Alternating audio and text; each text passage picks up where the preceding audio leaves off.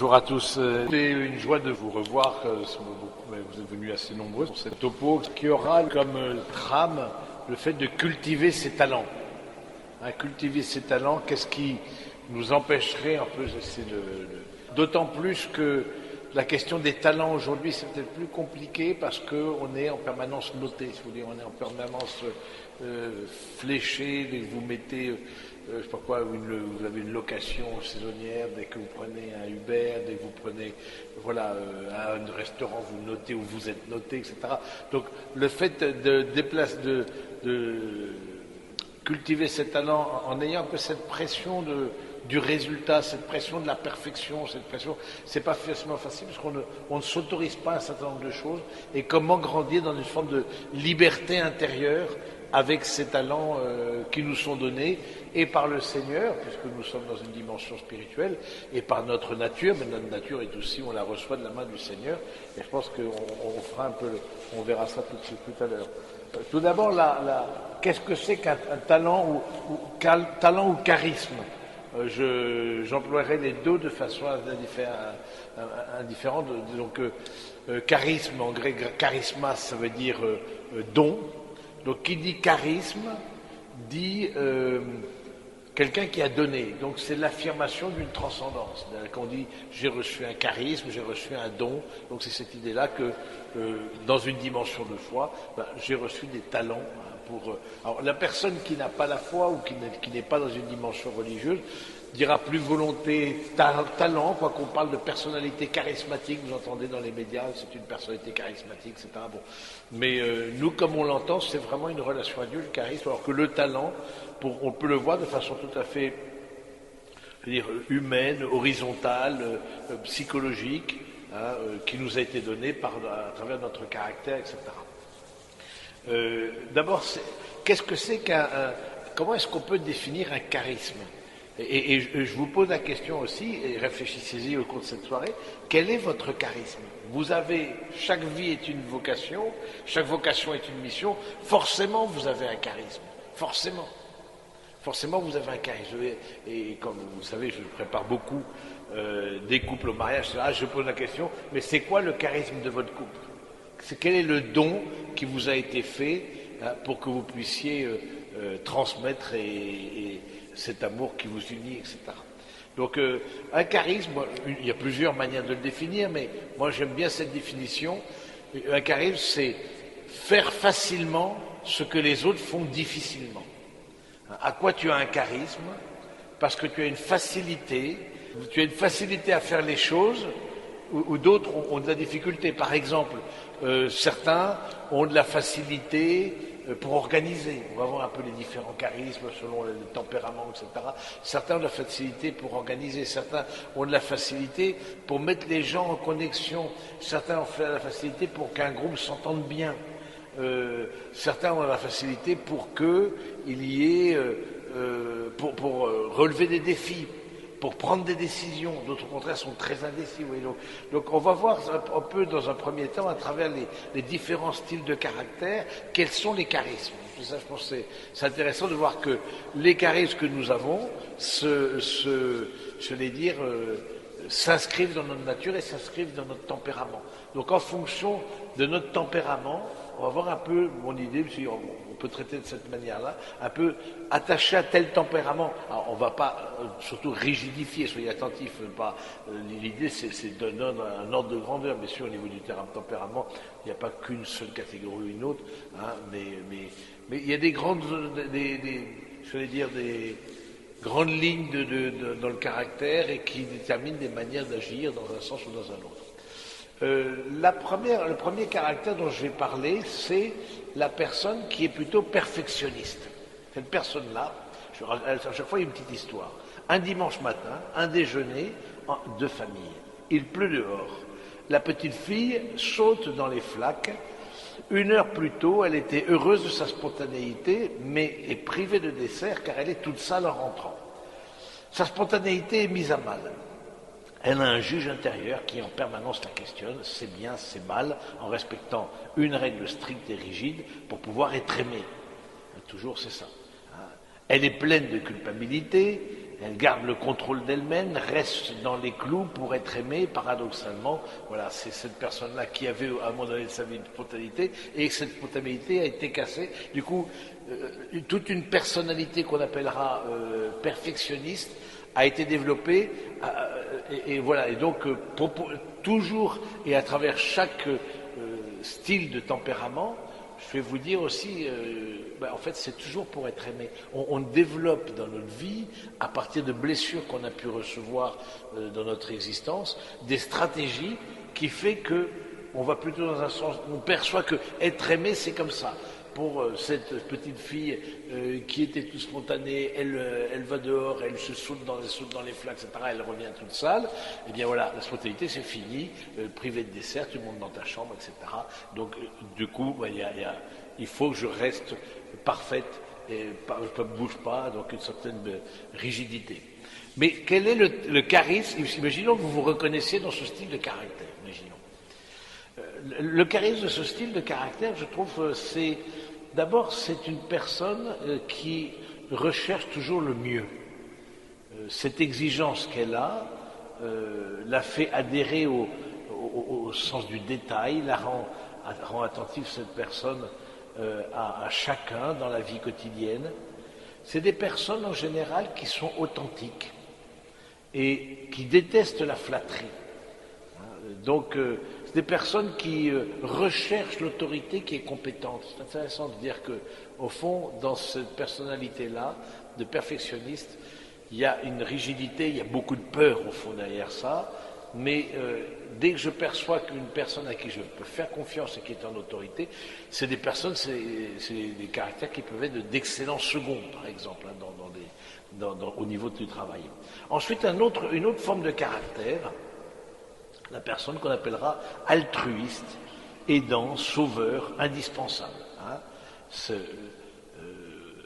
Voilà, donc c'est la personne qui se force à rendre service sans que personne ne lui ait demandé. Alors, ça me fait penser à un frère en communauté, par exemple, dont je tairai le nom évidemment, mais plus zélé qu'éclairé. Si vous voyez, il y a des personnes comme ça qui sont, voilà, les frères, voilà, ils veulent toujours rendre service. En plus, bon. Pensons, mais bon, c'est à côté de la plaque, bon, bref. Toujours est-il que ça, c'est ma vie personnelle. Je suis pas là pour vous raconter ma vie, mais c'est intéressant. Les altruistes, les personnes qu'on appelle aidantes, aussi un peu sauveurs, qui veulent se rendre indispensables. Le jour de son anniversaire, la petite fille achète une robe bleue et veut la montrer à son papa. Regarde ma robe comme elle est belle. Pousse-toi de la télé, tu me déranges. Si tu veux être utile, apporte-moi une bière. Je décèle le besoin de l'autre avant même avant qu'il les exprime.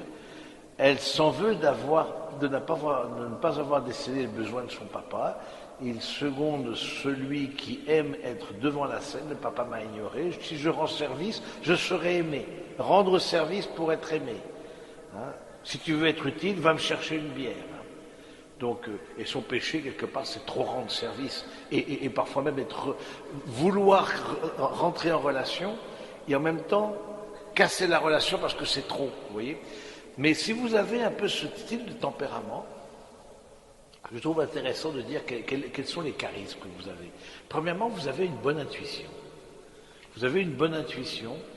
Vous avez une intuition des difficultés une intuition de ce que pensent les autres. Vous avez une grande empathie, vous êtes dans un groupe fédérateur. Et ça, c'est un charisme. Et avec une grande adaptabilité. Il faut privilégier les relations au travail, hein, la qualité de la relation. Vous êtes capable de passer du temps avec les autres. Hein, vous savez reconnaître la personne qui va pouvoir... il y a une sorte de discernement lié à cette personnalité-là. Ensuite, la personne qui est, on pourrait dire, un battant, un gagneur. Cette personne-là, qui aime... Alors, c'est toujours une petite histoire. Donc, ce qui l'embête le plus, c'est l'échec. Hein.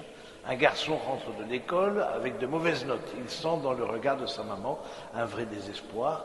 Quand il annonce qu'il a de mauvaises notes, la réponse que j'ai donnée a mis en danger la relation avec sa maman. mis en péril l'amour de sa maman. Si je mens pour ne pas la décevoir, ils promeuvent ces personnes-là une réussite, peur de l'échec. La relation peut s'arrêter à un moment ou à un autre. Ce sont des hyperactifs. Donc les battants, les gagneurs. Mais les battants, les gagneurs sont des personnes qui, au fond, aiment la compétition, mais sont aussi enthousiastes. Et si vous êtes dans ce style de personnalité, votre enthousiasme, il est communicatif. Votre enthousiasme vous permet d'être organisateur, vous décrivez bien les tâches, vous précisez les buts à accomplir. Par exemple, dans une vie professionnelle, des personnes de ce style-là, battants, gagneurs, ils ont beaucoup de facilité à exercer l'autorité. C'est des meneurs de groupe, une capacité de stimulation des autres. Donc c'est intéressant en fonction, encore une fois, de ma personnalité, qu'est-ce que je vois, des talents que je peux avoir. Ensuite, un autre profil qui est complètement différent, c'est le créatif, l'artiste, un peu le drama queen. Vous voyez, drama queen, c'est-à-dire des personnes qui sont vraiment submergées, j'allais dire, submergées par l'émotion. L'émotion, tout est, il y a une recherche de connexion avec l'autre, dans leur manière d'agir, il y a une sensibilité mais surdimensionnée, une sensibilité surdimensionnée. Mais en même temps, il y a un charisme parce que c'est une forme de caractère assez artistique, etc.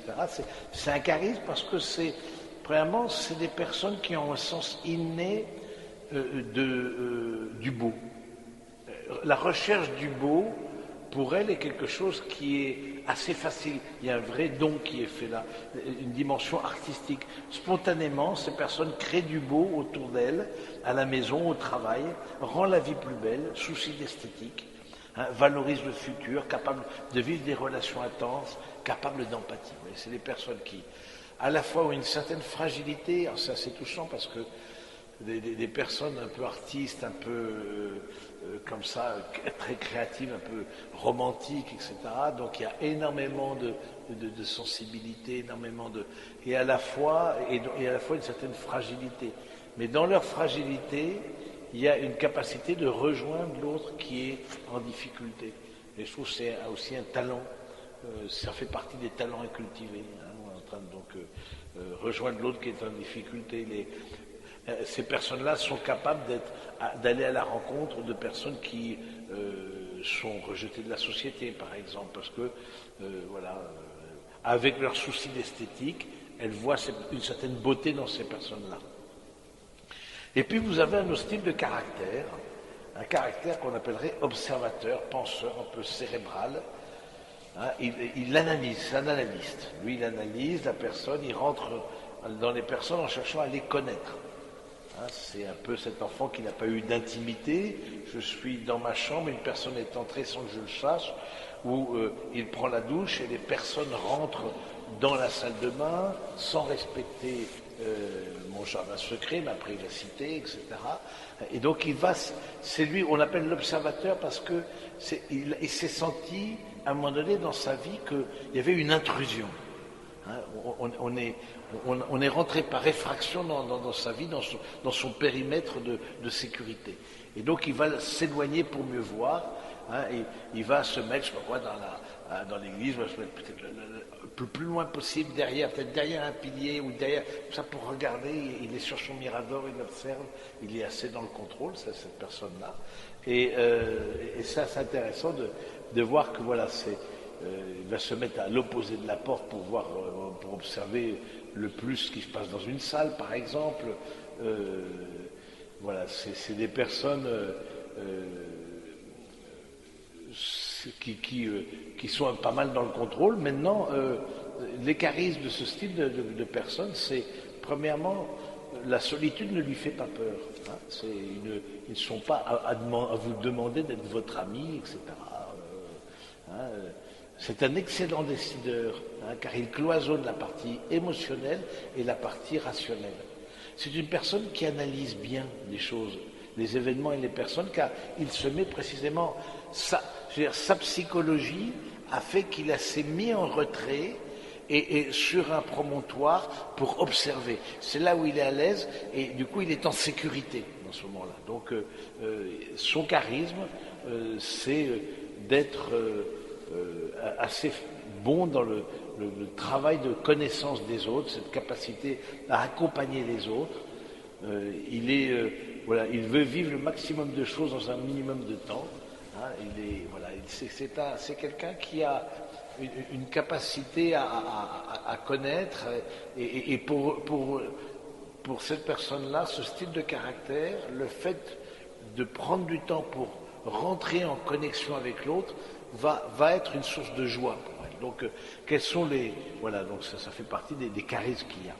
Ensuite, vous avez un autre style hein, de tempérament. Voilà, c'est des grands styles de tempérament. Encore une fois, ne rigidifiez pas les choses, parce que les choses sont souvent plus complexes que ça, mais c'est important de se comprendre parce qu'on peut se reconnaître dans l'un ou l'autre des tempéraments. Des personnes qui sont les gardiens de la loi. Les gardiens de la loi, un peu légalistes, souvent des personnes anxieuses. Pourquoi c'est arrivé? Parce que c'est un petit garçon, il avait 5 ans, il dort tranquille, à côté nous sommes dans le salon, dit ses parents, et puis il se réveille, il voit qu'il n'y a personne dans le salon. Et il se sent à un moment donné abandonné. Et on lui a menti. On lui a menti, et avec ce style de personne, comme il y a une loi et qu'il faut la respecter, et si tu ne respectes pas la loi, tu mens une fois, c'est fini. C'est fini. Il n'y a plus de relation possible. Parce que ça le met trop en insécurité. Hein. Sur le charisme de ce style de personne, je trouve que c'est des personnes qui font confiance à une autorité dont ils savent la pertinence. C'est des très bons seconds, par exemple. C'est parce qu'ils sont loyaux, précisément, ils sont loyaux, ils font confiance quand ils savent qu'ils sont en sécurité. Hein. Ils sont en confiance parce qu'ils savent qu'ils sont en sécurité. La relation à Dieu, par exemple, et donc à la loi aussi, et la relation à l'Église est très importante. La fidélité à la relation à Dieu, la fidélité au groupe aussi, c'est des gens qui aiment beaucoup la dimension de groupe, ça les assure, et le fait de se déplacer en meute, j'allais dire, c'est quelque chose qui les soutient, etc. Donc voilà, donc ça c'est pour les tempéraments un peu légalistes, un peu gardiens de la loi, etc.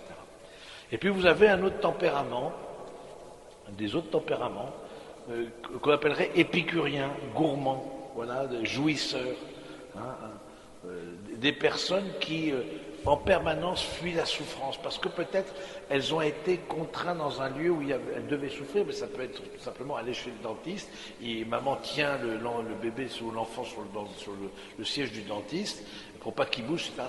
Et cette sensation qu'il a eue d'enfermement fait que sa vie durant, il va développer un caractère qui veut, au contraire, ne jamais être enfermé et surtout profiter de tout, un maximum de tout. Hein, donc c'est des personnes qui compensent en permanence dans la vie pour un maximum de plaisir. Hein, donc ils veulent surtout voir le positif, ça fait partie de leur charisme, mais ont beaucoup de mal à faire le deuil d'un certain nombre de choses. Or, dans notre vie, on le sait très bien, il y a aussi des deuils auxquels il faut consentir. Leur charisme, c'est... ils rendent la vie plus agréable, la vie des autres plus agréable. Ils soulignent le positif chez les autres. Hein, ils sont capables de faire 1000 choses à la fois. Ils ont un contact agréable, donnent des solutions nouvelles, sont créateurs, optimistes, créent une bonne ambiance, détendent des situations stressantes. Parce que, justement, comme c'est une personne qui est en recherche de plaisir, eh bien, ce style de personne, eh bien, elle est dans une attente d'être attentive, justement, à créer une dimension et une relation qui est plaisante. Et puis, vous avez un autre type de caractère qui est le leader, le chef, le meneur. C'est quelqu'un qui est très sensible, qui a vécu une injustice et qui est sensible à défendre la personne qui est plus fragile. Donc, il va être... c'est quelqu'un qui résonne beaucoup par... Son charisme, c'est l'intuition. Il a une grande intuition. Une intuition, mais qui est charnelle presque. Il sent charnellement s'il y a quelque chose qui va ou ne va pas dans une relation, dans un groupe. Intuitivement, mais ça se passe au niveau du ventre pratiquement, que ce soit par l'angoisse ou au contraire par la détente, il va découvrir qu'il y a quelque chose qui va ou ne va pas dans un groupe ou dans une personne. Et donc, c'est une personne très précieuse pour le discernement, ce style de personne. Hein. Il n'a pas peur du conflit, défend celui qui subit l'injustice, il est fasciné par la personne du Christ et son courage. Voilà, c'est une personne, comme elle a eu à franchir l'injustice, tout ce qui est défi, tout ce qui est conflit ne lui fait pas peur, au contraire, parce que c'est là où elle affirme sa personnalité, hein, et surtout quand, dans ce conflit-là, il y a des personnes qui sont en fragilité, qui sont en jeu. Et puis le dernier style de caractère, c'est le médiateur, celui qui fuit toujours le conflit. Voilà, il est très attentif à ce que... Il dit jamais non, par exemple. Il ne veut absolument aucun conflit.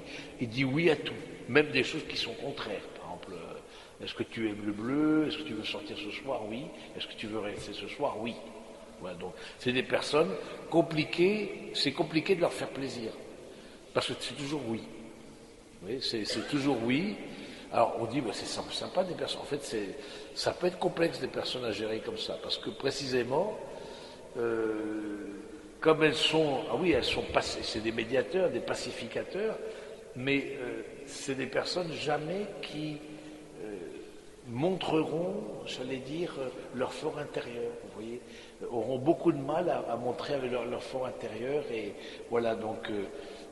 et à dire qu'est-ce qui les touche, En revanche, comme charisme, hein, la sérénité intérieure, mais du liant dans un groupe, ça, ils savent difficilement dire non, c'est vrai, mais ils sont à la fois très serviables, ils perçoivent aussi les besoins des autres, il est un excellent second aussi, s'il est dans la confiance. Vous voyez, voilà, donc c'est rapidement, c'est un petit peu fastidieux, mais rapidement un peu les styles de caractère que j'ai voulu décrire, qui, encore une fois, il peut y en avoir d'autres, hein, mais c'est à grands traits, hein, des grands styles de caractère.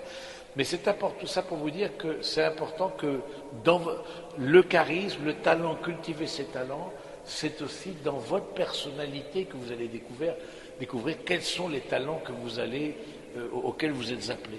À quoi vous êtes appelés précisément? Parce que c'est à travers votre personnalité que vous êtes, je suis plus un talent de coordinateur, j'ai plus un talent aussi d'apaiser les relations, comme le médiateur, j'ai plus un talent, j'allais dire, d'être gardien de la loi. Donc de faire respecter les choses, etc. Donc j'ai plus un talent artistique, d'analytique, etc. Donc c'est bien que vous puissiez, peut-être à travers ces quelques styles de caractère, peut-être vous dites, je suis plutôt ceci, cela, bon, grosso modo, sans rigidifier les choses, mais vous dites, je me reconnais plutôt dans ce style de caractère, ou peut-être dans un autre, parce que ce n'est pas exhaustif, et de dire, comme j'ai essayé de le faire, qu'il y a des talents, chaque nature humaine, même si au départ il a pu y avoir une blessure, mais chacun d'entre nous a aussi des charismes qui sont nés de la manière dont on s'est construit par rapport à la blessure. Vous voyez, c'est vraiment intéressant ça, c'est de dire, et ça c'est profondément chrétien, c'est la blessure, oui.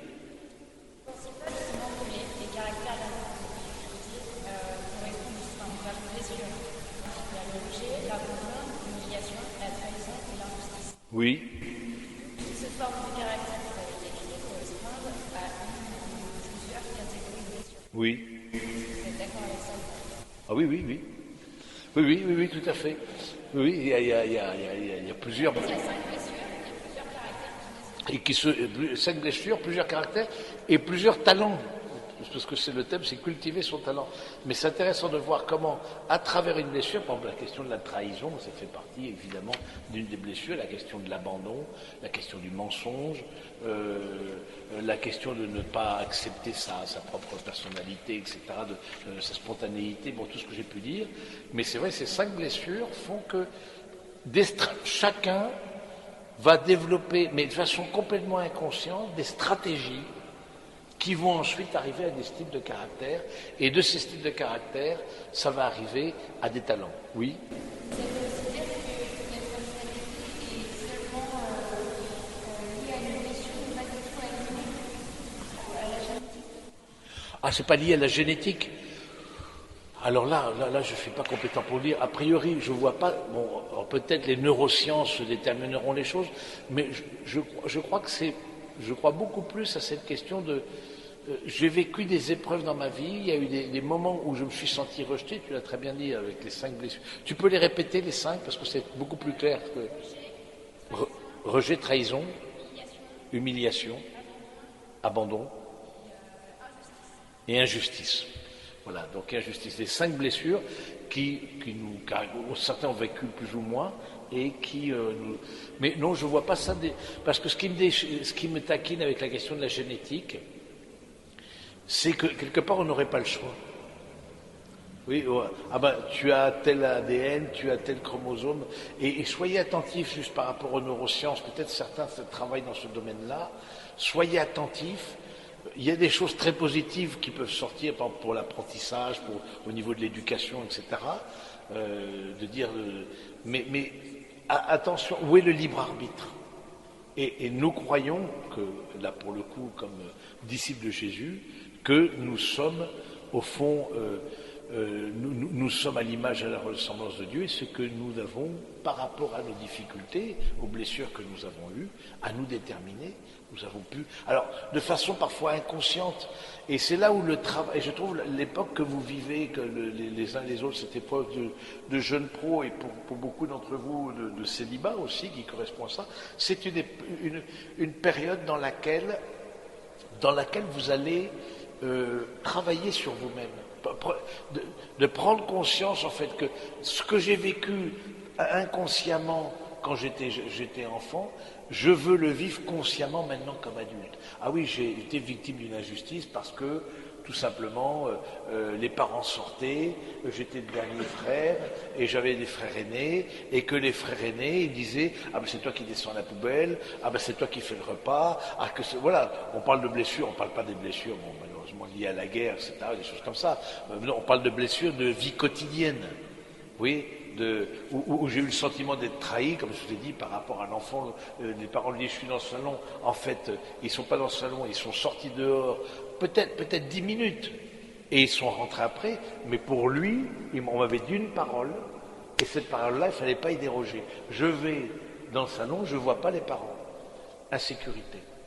Hein, vous voyez, donc, et pareil pour l'abandon, etc. Bon, donc, soyons attentifs. Comment nous avons développé nos tempéraments progressivement, inconsciemment, et aujourd'hui nous avons cette capacité à travers nos réactions. Là, je simplifie à l'extrême parce que c'est pas, voilà, c'est. Mais comment aussi à travers ces blessures, il y a des charismes qui sont nés. Et ça, c'est capital. Et ça, c'est notre dimension chrétienne. Nous croyons que nous sommes des êtres blessés par le péché originel et les conséquences du péché, que nos parents étaient pécheurs, même s'ils ont fait du mieux, etc. Il y a des choses où ils n'ont pas, parce qu'ils étaient colériques, parce qu'il y avait une famille nombreuse, on ne pouvait pas s'adresser à tout le monde de façon identique. Il y a certains qui se sont sentis abandonnés, parce que d'une manière ou d'une autre, nos parents, voilà, ont eux-mêmes leurs propres blessures, et parfois nous les ont communiquées. Bon bref, mais ce n'est pas parce que je suis blessé que je ne peux pas construire quelque chose. Je ne peux pas être tout le temps victime. Je ne peux pas tout le temps être victime.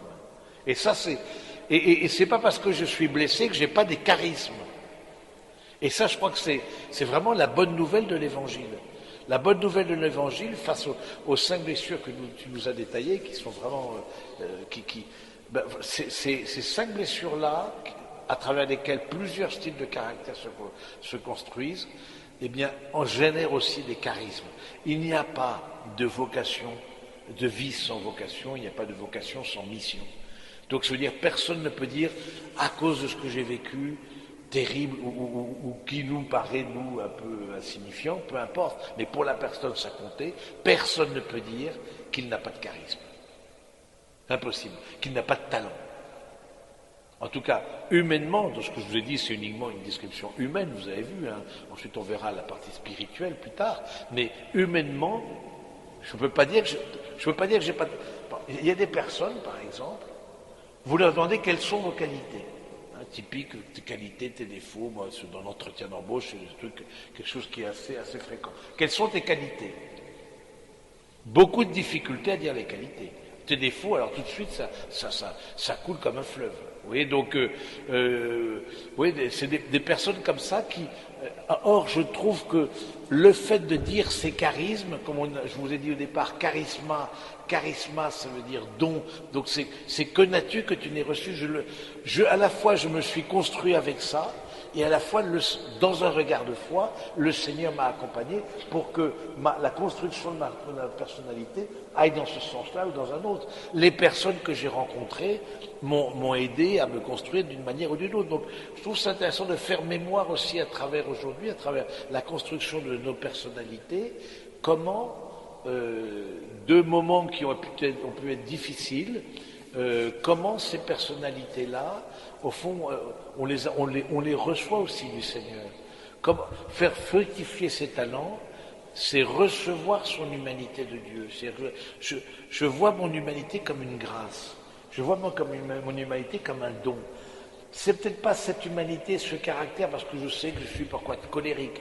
Je sais que je suis une drama queen et que j'en fais des montagnes pour tout. Voilà, tout était au niveau émotionnel, tout est puissance 10. Vous voyez, donc je sais que je suis un peu du genre psychorigide, perfectionniste, légaliste. Bon, bref. Bon, je prends conscience de ça.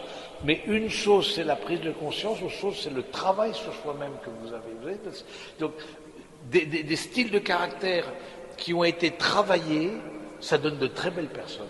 Brutes, ça peut être compliqué, quand il n'y a pas eu de prise de conscience, mais quand il y a une prise de conscience et que de la main du Seigneur, vous travaillez votre caractère, et évidemment, pour beaucoup d'entre vous, le désir de former un couple vous habite, hein, de ce que je sais, ou même certains ont l'aspiration à une vie consacrée, vous n'échapperez pas au travail sur vous-même. Vous n'échapperez pas au travail sur vous-même. Ça, soyez absolu. Quel que soit votre style de caractère, hein, j'en ai décrit un certain nombre, quel que soit votre style de caractère, vous n'échapperez pas à un travail sur vous-même. Et du coup, le fait de découvrir que j'ai un travail à faire sur moi-même, déjà c'est passionnant, parce que c'est la grande histoire de notre vie. C'est la grande histoire de notre vie, de dire, en fait, je suis maître à bord aussi, et je peux mettre en place, peut-être avec l'aide de professionnels, parfois il y a des blessures on parlait de blessures d'abandon, de trahison, d'injustice, etc., qui sont très profondes. Alors, parfois il y a des pathologies, alors, il y a des stratégies qui ont été développées, mais aussi il y a des pathologies qui sont nées de telle ou telle personnalité. Alors ça, c'est de l'ordre médical pour le coup. Vous voyez, donc, mais je veux dire que ce travail sur moi-même, c'est l'œuvre d'une vie, et de la main du Seigneur, mu par le Saint-Esprit, vraiment, j'en suis vraiment conscient, et puis je l'ai expérimenté, mu par le Saint-Esprit, comment nos humanités, telle l'argile dans les mains du potier, eh bien sont façonnées par le Seigneur, et puis qui nous aident, et puis par nous-mêmes aussi. Hein, nous sommes les premiers artisans de nous-mêmes aussi. C'est aussi par ça que passe le Saint-Esprit. Pour peaufiner, pour travailler la personnalité, que ce ne soit pas brut de fonderie, mais que ce soit des personnalités qui soient travaillées, et du coup qui donnent lieu à des belles personnes. Oui, avec des beaux charismes. Donc, ne mettez pas sous le boisseau la lumière qu'on doit mettre sur le lampadaire, hein, nous dit le Seigneur, hein, dans une parabole. Ne mettez pas sous le boisseau la lumière qu'on doit mettre. Vous avez une lumière, vous avez une lumière, forcément. Vous avez quelque chose de lumineux en vous. Vous avez quelque chose de plus compliqué dans vos personnalités, qui n'en a pas. Mais moi, aujourd'hui, je veux vous dire que vous avez quelque chose de lumineux en vous. Et que cette lumière-là, vraiment, prenez-en conscience. Et non seulement prenez-en conscience, mais faites-la briller. Parce qu'un charisme n'est pas pour soi-même. Un charisme n'est pas pour soi-même. Un charisme, c'est pour d'autres. Justement, à quoi est-ce qu'on reconnaît un charisme? Je vous dis, faire facilement ce que d'autres font difficilement. Mais un charisme aussi, il nous pousse, si c'est un don, il nous pousse aussi au don de nous-mêmes. Et ça, c'est quelque chose qui est vraiment capital. Hein. Les talents, repérer ses talents, hein, en fonction un peu de son profil, son style de caractère, etc. Hein, et puis en faire un lieu de don. Comment je peux construire la communauté humaine avec la nature, avec mon caractère? Comment je peux construire le royaume avec mon caractère? Caractère sur lequel je travaille, caractère sur lequel je vais demander pardon, et le temps du carême, on sait très bien, c'est un temps béni pour pouvoir travailler sur soi, parce que c'est un temps de combat spirituel. On voit bien que en nous, on a des côtés excessifs dans un sens ou dans un autre. Voilà, ce caractère-là, bien, je vais pouvoir, de la main du Seigneur, le travailler et faire quelque chose de lumineux. Soyez très confiants là-dessus. Souvent, vous manquez de confiance dans vos charismes. Et c'est pas ça l'humilité. L'humilité, c'est dire, ah non, c'est dire j'ai pas de charisme, j'ai pas de qualité. La très sainte Vierge, qui est, elle, humble par excellence, hein, voilà, elle sait très bien, elle dit très bien, le Seigneur fit pour moi des merveilles. Voilà, elle reconnaît l'œuvre de Dieu en elle. Que n'as-tu que tu nous restes? Je reconnais l'œuvre de Dieu en moi. Hein, regardez la merveille que je suis. Hein, tout ça, c'est dans la Bible. Hein, donc, dans le Magnificat, la Vierge Marie rend grâce pour ce qu'elle est aussi. Et je crois que l'humilité, c'est reconnaître ses talents, c'est reconnaître le lumineux en nous. L'humilité, c'est reconnaître ce qui peut faire du bien à d'autres et que je porte. Et que j'ai reçu, parce que je l'ai reçu peut-être par une blessure que j'ai pu avoir, mais je l'ai reçu parce que je l'ai travaillé et que je peux faire bénéficier à d'autres de mon expérience. Et il en va de la fécondité de nos vies. Il en va de la fécondité de nos vies, mes amis. Notre vie porte du fruit, à mesure aussi que on découvre la lumière en nous, ce qui est lumineux, ce qui est de l'ordre du don de la grâce, et qu'on en fait bénéficier les autres, et qu'on ne le garde pas pour soi-même. Hein. Ma vie, nul ne la prend, c'est moi qui la donne, hein, nous dit Jésus. Donc, je trouve que c'est très beau de dire, au niveau spirituel, par exemple, Saint Paul aux Romains qui dit, prenons une comparaison. En un corps unique, nous avons plusieurs membres qui n'ont pas tous la même fonction. De même, nous qui sommes plusieurs, nous sommes un seul corps dans le Christ et les membres les uns des autres, chacun pour sa part. Et selon la grâce que Dieu nous a accordée, nous avons reçu des dons qui sont différents. Si c'est le don de prophétie, que ce soit à proportion du message confié, si c'est le don de servir, que l'on serve, si c'est l'on les fait pour enseigner, que l'on enseigne, pour réconforter, que l'on réconforte, celui qui donne, qu'il soit généreux, celui qui dirige, qu'il soit empressé, celui qui pratique la miséricorde, qu'il ait le sourire. Tout c'est très beau ce passage donc, de la lettre aux Romains au chapitre 12. Hein, la lettre aux Romains au chapitre 12. Et puis la première lettre de Saint Pierre, ce chapitre 4. Ce que chacun de vous a reçu comme don de la grâce, mettez-le au service en bon gérant de la grâce de Dieu qui est si diverse. Si quelqu'un parle, qu'il le fasse comme pour des paroles de Dieu.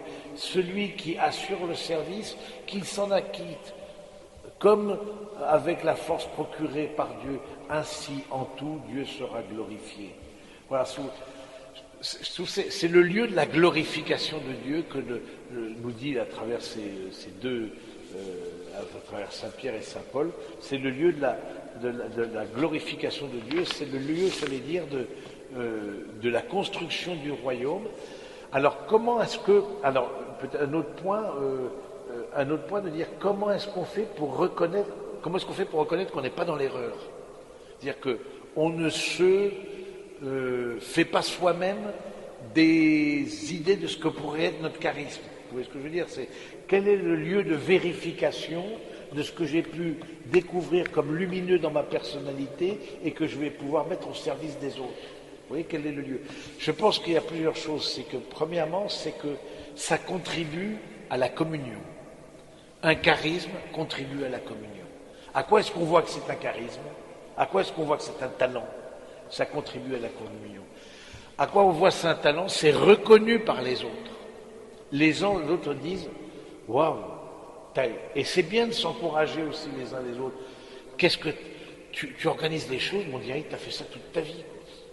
Ah ben non, bah je suis dentiste. Bon, voilà, oui, d'accord, très bien, mais bon ben oui, ok, mais c'est vrai que j'avais pas vu tout de suite que tu étais dentiste, c'est vrai. Donc, certainement, mais en fait, t'organiser ce week-end de main de maître. Est-ce que à quand ça remonte? À quand ça remonte la dernière fois où vous avez encouragé quelqu'un dans un charisme? Moi, je vous pose la question, mes amis. À quand ça remonte? Où vous vous êtes encouragé, vous vous êtes dit du bien. Dire du bien, ça veut dire bénir. C'est ça que ça veut dire, bénédiction, dire du bien. Quand est-ce que vous vous êtes affermis les uns les autres dans la foi et dans vos humanités? Ton sens du beau, vraiment me scotche. Tu as un goût, tu as un sens du beau qui est, on dirait, inné. C'est pas inné parce que ça a été travaillé. Encore une fois, c'est pas le fruit de la génétique, hein, c'est le fruit de nos décisions et des formations qu'on a pu avoir, etc. Mais il y a des gens qui ont un vrai sens du beau, par exemple. Ça, tout de suite, trouver qu'est-ce qui, dans un appartement, le style de meuble, l'orientation. On se dit, mais d'où il sort ça? C'est un truc de dingue, je veux dire. Bon, à quand ça remonte? À quand ça remonte que tu as dit à la personne, écoute, là, tu as un vrai charisme. Nous sommes prompts à la critique. C'est pratiquement un sport national. Nous sommes prompts à la critique. Mais est-ce que nous sommes prompts à l'encouragement, à affermir nos semblables, les affermir dans ce qu'ils ont de plus lumineux en eux?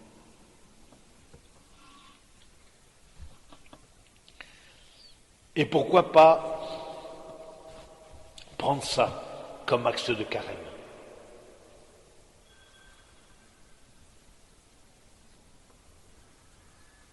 Encourager.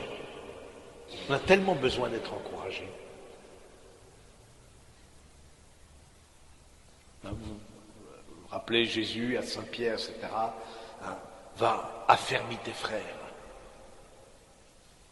Et comme disciples de Jésus, nous nous sentons souvent un petit troupeau, voilà, un petit nombre, voilà, et parmi nos amis, certains, voilà, nous délaissent la foi, ou même s'ils ont une éducation catholique, etc. Mais besoin d'être affermis aussi dans notre humanité, dans notre foi certainement, mais affermis dans notre humanité. Encouragés dans ce que nous avons de meilleur.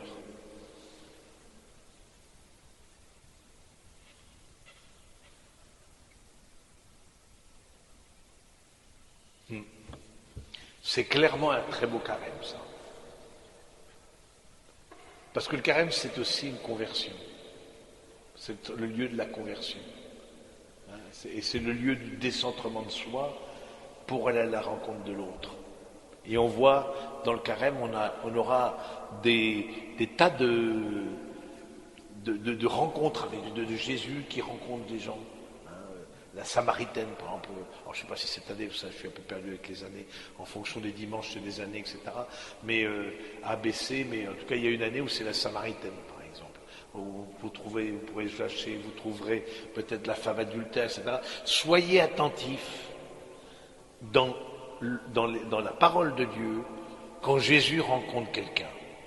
Qu'est-ce qui se passe? Eh bien, ça bouge à l'intérieur. Nous aussi, nous sommes porteurs du Saint-Esprit. Pourquoi ça ne bougerait pas à l'intérieur? Pourquoi, sortant de cette rencontre, les autres ne se sentiraient pas plus grands, plus beaux?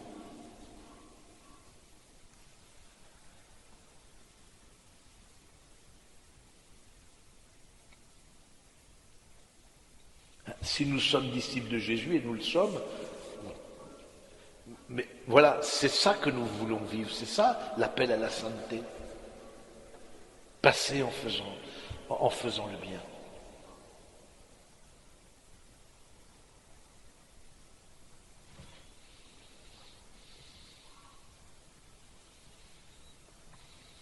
Et nous en avons tellement besoin, je veux dire, les uns les autres, nous en avons tellement besoin d'être confortés, d'être sécurisés dans ce que nous portons. Parce que beaucoup aussi ont une image négative d'eux-mêmes. Nous en avons tellement besoin.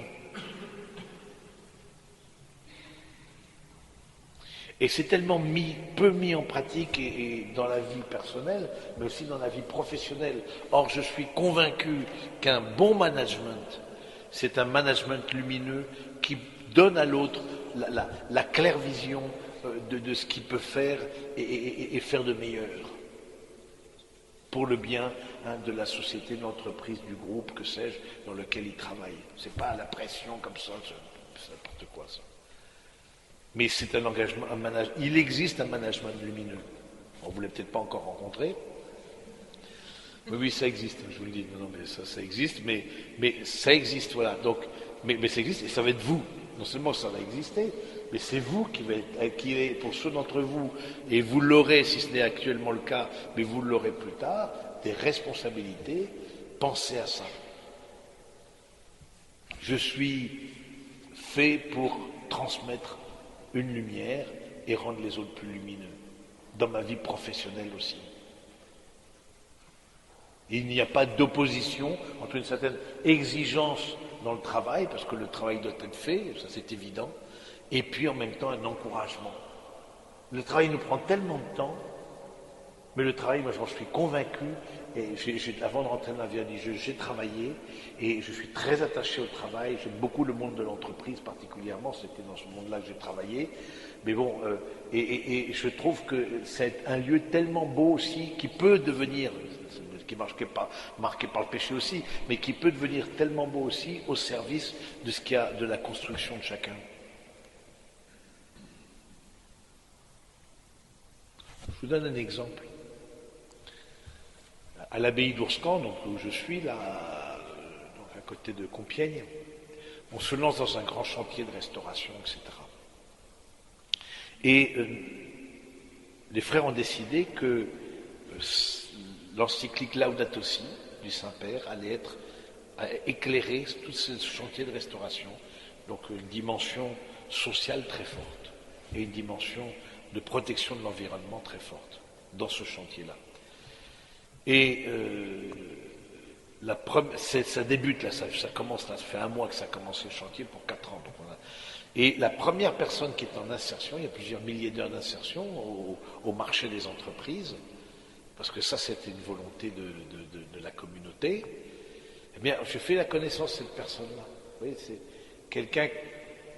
Il ne s'agit pas seulement de redresser des murs, mais de relever des personnes, de donner un travail temporaire, parce que on ne peut pas donner. Mais voilà, j'ai vu cet homme-là qui est de la région, etc. Et j'ai vu quelqu'un, voilà, et je l'ai encouragé, je l'ai remercié pour son travail. Manœuvre, il a fait, c'était du terrassement, bon voilà, il a fait ce qu'il avait, le charisme qu'il a, avec tout le charisme. J'aime bien cette phrase de Sainte Thérèse, qu'on parle de la sainteté, vous vous rappelez avec les vers, la sainteté, voilà, c'est... comment ça se passera au ciel? On lui pose la question, et elle dit, mais au fond, est-ce qu'on sera, entre guillemets, jaloux les uns des autres, de par la qualité de sainteté? Elle dit non, c'est comme les vers, il y a des vers de différentes tailles, de différentes capacités, contenances, mais nous sommes tous comblés par la vision de Dieu. Et je trouve que c'est pareil même si nous ne sommes pas la vision de Dieu, mais en tout cas nous le sommes dans la foi, mais d'encourager, de faire que la personne à nos côtés se sente relevée à notre contact.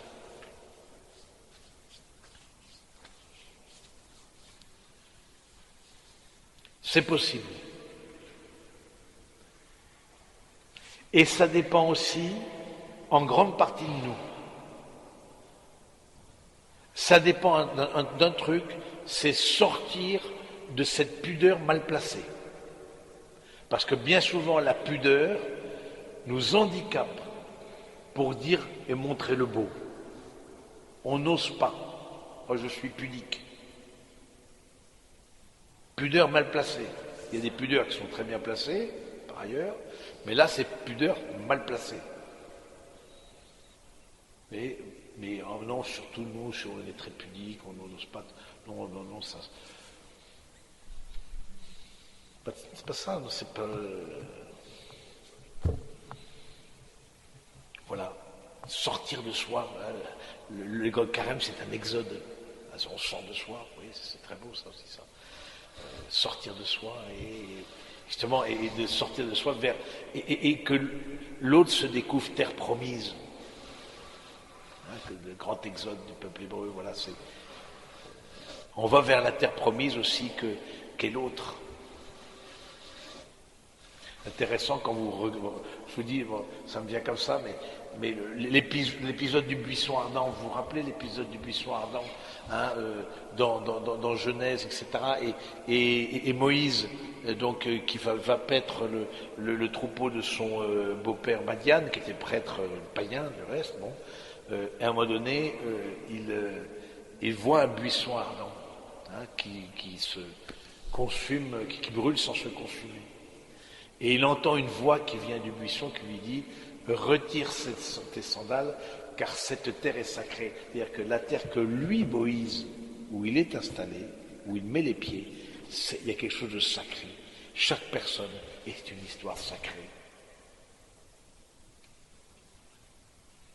Dans cette révélation, il découvre que là où il est, il porte du sacré. C'est une décision à prendre dans nos vies, mes amis. De manifester la beauté, la vérité, la bonté, le bien, le beau, le vrai,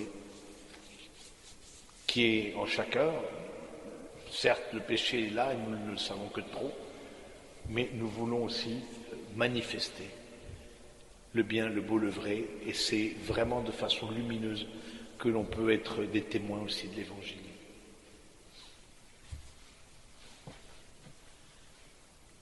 Est-ce qu'il y a des questions? Vous êtes trop pudique. C'est quoi votre charisme? Ah, mon charisme. Alors j'ai beaucoup de charisme. Ah non, non, mais on n'est pas couché à minuit là, donc. Là, j'ai beaucoup de charisme et ça c'est vrai, j'ai beaucoup de charisme dans le sens où déjà moi je suis dans le style de caractère là, quand j'ai fait mon truc là, je me suis reconnu dans ceux qui sont un peu leaders, tu vois, ceux qui sont comment ça s'appelle ça, le leader, le leader, le meneur, voilà.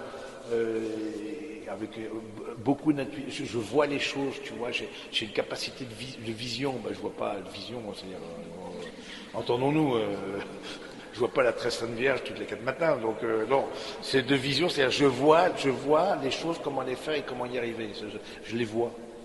On peut pas dire autre chose, donc je les vois. Donc voilà. Et puis ensuite, le charisme de parole, charisme de conviction, d'entraîner, de montrer la beauté de la finalité, d'organisation, oui. Il est pas. Secondé, vous entendez soutenir? Oui, secondé, oui. Je pense qu'il y a, et quand je dis second, par exemple, ce style de tempérament qui est le mien, c'est un très bon second aussi, quand il a confiance dans l'autorité. C'est-à-dire que c'est des personnes,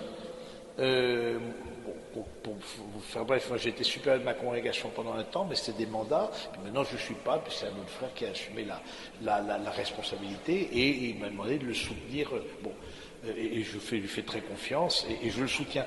Et seconder, c'est soutenir. C'est-à-dire que il y a des tempéraments qui.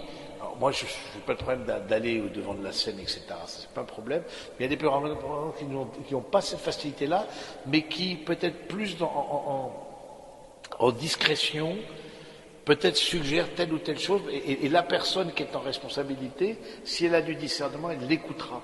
Elle dit, ah tiens, cette personne-là, elle me dit ça, c'est qu'elle a vu des choses que moi j'ai pas vues. Dans les charismes, dans les tempéraments que je vous ai décrits, en fait, sachez que, je crois qu'il y a 8-9 tempéraments, en fait, sur 9 personnes, il y en a 8 qui pensent différemment ce que vous. C'est évident. Donc, il y a des gens qui voient des choses que vous ne voyez pas. Donc, c'est intéressant qu'on dise seconder, c'est vraiment qu'on dit des secondes, pour moi, c'est très important, c'est soutenir, c'est éclairer, c'est voir conseiller, et pas forcément avoir le devant de la décision. Oui. Ah, le Christ, oui, pour être Dieu, oui, a priori, il a tous les charismes. Maintenant, c'est intéressant, alors, au niveau humain, ce qui s'inscrit aussi dans notre humanité. Alors, à la différence de ce qu'on a dit tout à l'heure, il n'y a pas de blessure, il n'a pas la blessure du péché originel. Donc, mais ce serait intéressant de voir qu'il a aussi un style de caractère. Il est vrai Dieu et vrai homme. Il a un style de caractère.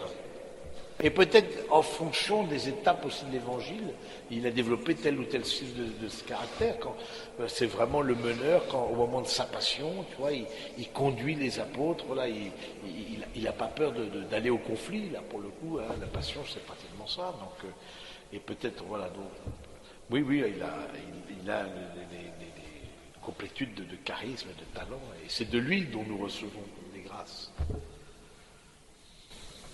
Oui. Par rapport à cette question, je voulais te répondre avec l'énéagramme.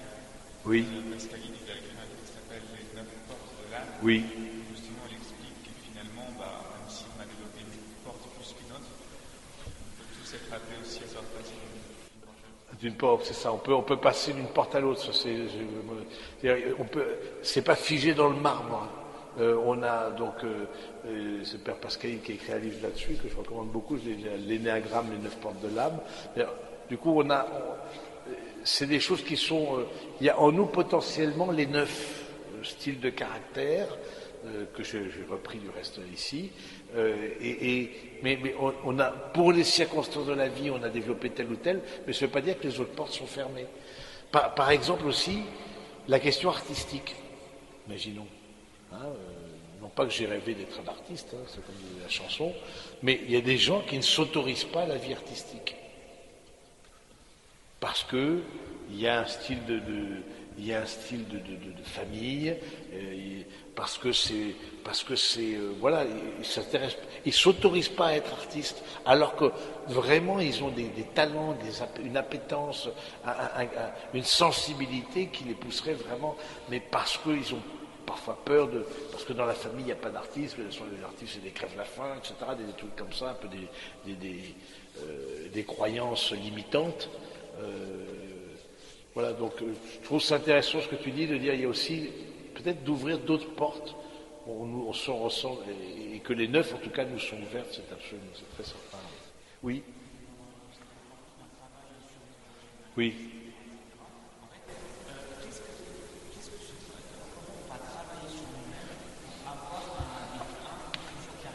Alors, la question, comment est-ce qu'on va travailler sur nous-mêmes pour avoir un ou plusieurs charismes à travers les différentes blessures qu'on a pu, la trahison, le rejet, l'injustice, etc. Je pense un premier travail, c'est de prendre conscience. De prendre conscience, de dire, tiens, en fait, je me suis construit, j'ai toujours voulu faire plaisir aux gens. Mais parfois, tellement trop, que je devinais, j'étais l'altruiste qui devinait les désirs de l'autre, ce qui fait que les gens me fuyaient parce qu'en fait c'était trop, quoi, il y a quelque chose d'excessif. Donc peut-être maintenant, du coup, je travaille sur moi-même, ce côté de vouloir faire plaisir aux autres, je vais peut-être le tempérer. Et du coup, je vais, avant de proposer quelque chose, avant de proposer mon aide, je regarde, mais est-ce qu'il n'y a pas d'autres personnes qui sont aussi disponibles pour cette aide? Je ne suis pas le Saint Bernard avec le Tonlen Rome qui se porte au secours de la veuve et de l'orphelin, parce que ça c'est déjà épuisant, H24 comme ça, et puis voilà, et puis ça prive d'autres de pouvoir rendre service. Donc, oui, un exemple, voilà, imaginons que vous êtes construit comme ça, et du coup, le fait d'avoir été rejeté, etc., fait que vous vous dites il faut rendre service pour être aimé. Eh bien, Dieu vous dites, oui, ok, je vois, je vois un peu. Maintenant, peut-être, je ne vais pas répondre tout de suite oui, présent. Je ne vais pas toujours tout de suite rendre service. Quelqu'un termine son eau, et là, tout de suite, je tends la carafe. Bon, non, laisse-le poser le verre. Voilà, c'est bon. Oui, donc. Et ensuite, je pense dans l'accompagnement spirituel, ou l'accompagnement aussi professionnel, parce qu'il y a des coachs maintenant qui aident beaucoup, des thérapeutes, qui aident à faire cette prise de conscience et qui vous aident à réfléchir. En fait, c'est ça. L'idée, c'est de vous mettre au travail. Dans tout ce qui est bilan de compétences, il y a ça aussi qui est donné.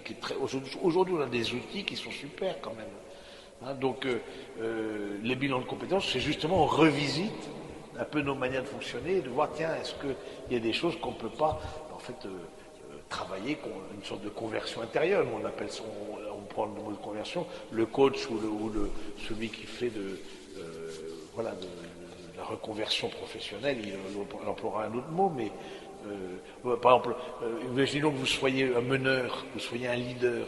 Mais la difficulté du leader, c'est comme il a la vision des choses, il ne voit pas que les autres ont aussi d'autres manières de voir. Du coup, lui, il suit sa route. Il suit sa route, mais il va loin, mais tout seul. Ah, ok, d'accord. Ok, du coup, j'ai compris ça. Ok, d'accord. Du coup, je dis, tiens, je vois telle chose. Comment est-ce que vous voyez les choses? Ah, toi, tu vois les choses comme ça. Ok, moi, je n'avais pas du tout vu ça. C'est ça, travailler sur soi-même. Un examen de conscience. Un examen de conscience, tout à fait. Et un suivi d'actes aussi qui fait qu'on se bonifie.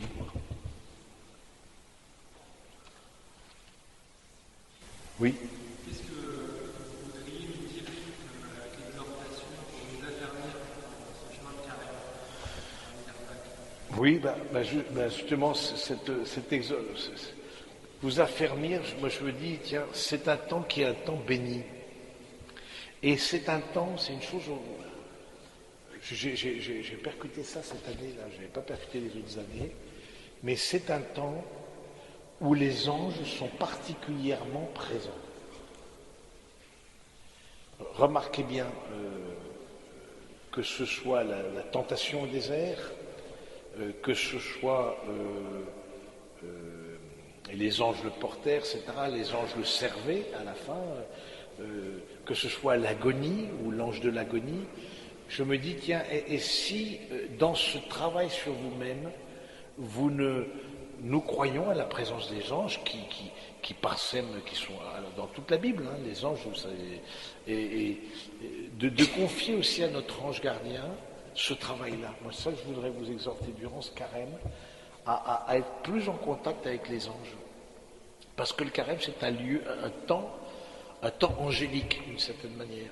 Donc, et voyez-le, c'était quand, mardi dernier, je pense, oui, mardi dernier, où Jésus qui dit, voilà, quand il viendra avec tous ses anges, etc., il dira aux brebis à ma droite, aux boucs à ma gauche, etc. Mais là aussi, il y a les anges qui sont mis sur le devant de la scène. Je me suis dit, tiens, ça fait plusieurs fois que l'ange est mentionné. Est-ce que c'est pas une invitation à avoir plus de prières? L'ange vient éclairer notre intelligence pour accomplir la volonté de Dieu. Vous voyez, l'ange il est là pour, c'est pas seulement trouver une place de parking, ça peut tout à fait nous être utile, mais l'ange est là pour éclairer notre intelligence, nous soutenir dans le combat intérieur, nous soutenir dans la réforme de nous-mêmes, c'est-à-dire nous soutenir dans le travail sur nous-mêmes.